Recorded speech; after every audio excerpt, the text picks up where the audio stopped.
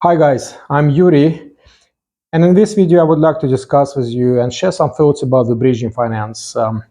Many foreign investors who plan to buy property in the UK or maybe do real estate investments, or sometimes we need urgently the money related to situations in the UK. It might be the court claim, sometimes we had such cases, or it might be divorce settlement where the spouses we need to settle the relationship and they need to cover some bills, and it was divorce settlements.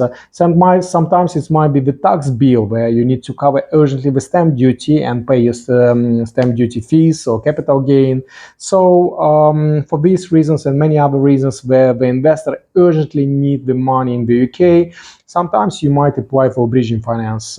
Firstly, of course, the investor will try to get the funding from retail banks and traditional banks, but please remember that if you do not live in the UK, if you don't have a long-term visa, if you don't have a well-established cash flow and you can't demonstrate minimum, let's say, two years or 3 years of stable cash flow in your business, then it's 90% that you will not get your funding from the traditional banks, especially now in this situation and in economic turbulence.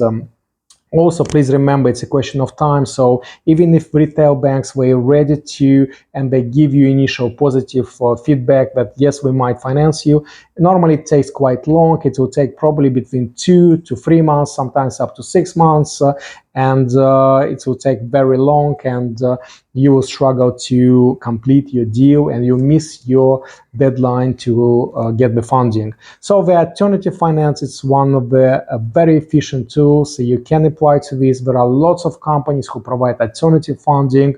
Please remember the bridging lending and alternative finance is divided as regulated and unregulated loans. Please be very careful. So if you borrow the money and you place as a security your own house where you personally live, it should be residential regulated bridge.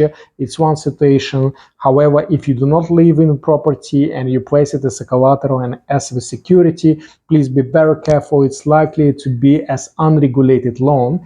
An unregulated loan, it means that in case if you will not repay the debt, or if you come to default, or if you miss the interest payment, the bridger, the lender, will have the rights to sell your property without court. Please remember this: to sell your property, to sell your collateral without the court. However, if it's a residential property, if you live in a property, if it's residential regulated bridge or regulated loan, then in this case, the lender can sell your property only after getting approval from the court. So it's a big difference.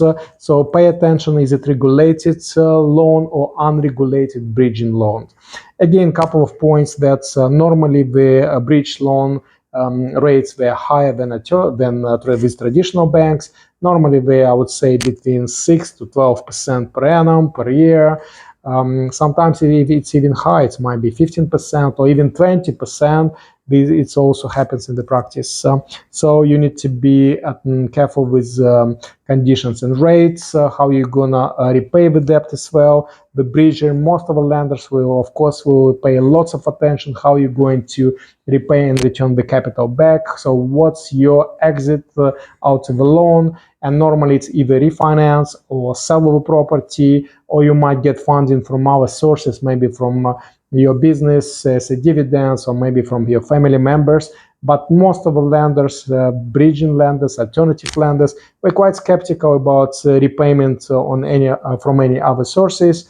We just will focus on refinance or maybe sell of your asset. But if it comes to the sale of your assets, be careful, because in this case there is a big risk that you might even lose your asset.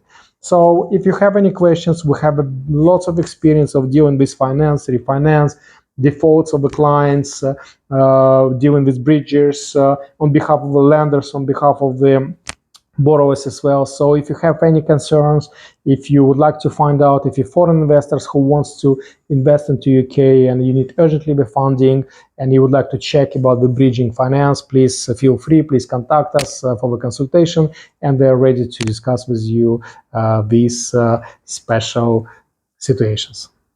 Thank you.